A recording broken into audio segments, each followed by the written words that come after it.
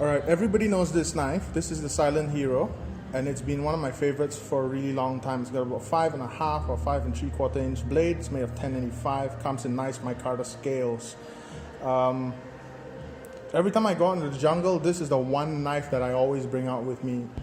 Even though I felt like retiring it for a few times or letting it at least have a bit of a rest, now I always end up bringing it out. Now today, this came in, okay? This is the Mission Team 21. And I've been eyeing it for a while. A friend of mine has also been eyeing it for a while, and he bought it, and he told me to do some chopping, take some videos and pictures, and that's what I'm gonna do. First thing I noticed is that the handle is a lot more comfortable than the one in the Silent Hero. Now, I really love the Silent Hero. To me, it's almost the perfect blade.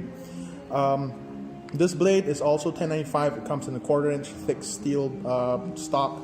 It's got a very low Scandi compared to the Silent Hero, where it starts to taper from up here.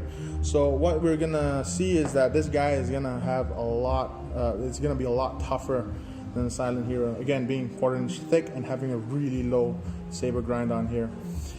It's got a bit of a swedge, which generally I don't use. If you are hunting, then maybe it might come in handy.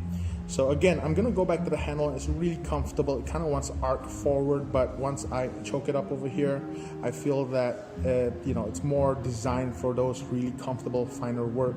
So I've got some wood over here, and I'm gonna do a little bit of cutting just to see how it performs. Before I start on that, I think that the thickness might actually slow down or reduce the penetration the blade's gonna have as I'm gonna chop, and we'll see how that's going to perform in a bit. Now, this wood has been sitting here in an air-conditioned room for a really long time. So not only is it dense, it's hard. It's really hard. I have a hard time with a full-size chopper chopping this. Okay, so I'm just going to do some batoning, some chopping, and then we'll do some prying with the tip just to see how it goes.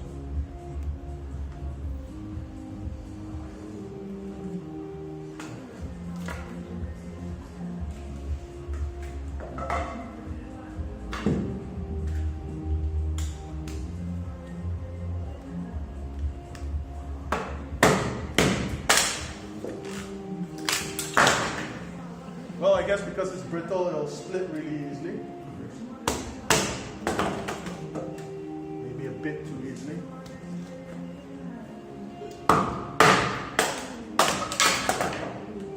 I think the broad profile over here kind of wants to split the wood anyway, so there's really almost no effort in trying to baton wood with this.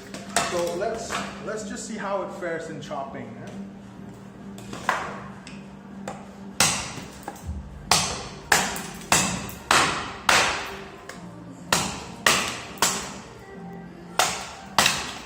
Now you can notice I'm going through a knot here, and it went quite deep in there.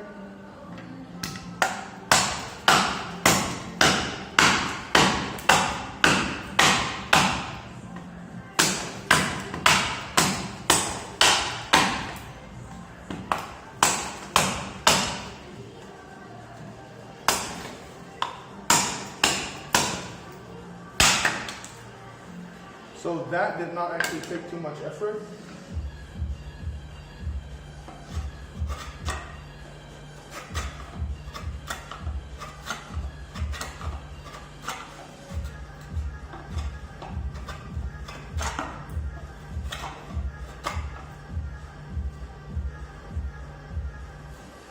Now, a blade stock of 1/4 inch, you can expect that it might be a little bit harder for you to do those final works. But a choil where it is, it gives you quite a bit of control. Again, this is dry wood. It's not gonna feather stick very nicely, but I mean, I'm happy with it. I'm quite impressed. Now, this is the part of the test which I'm not going to be really surprised. Being 1/4 inch thick, it's going to be able to do this really easily.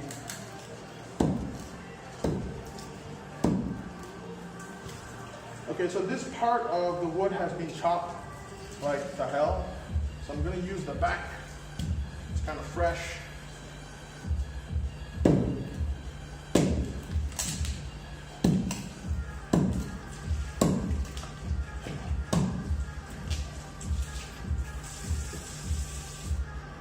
got a huge chunk.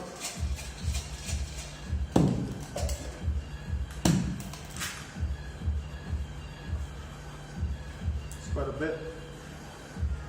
So as you can see, the tip is still fine, still good. I've got a lousy camera, but you can pretty much see that.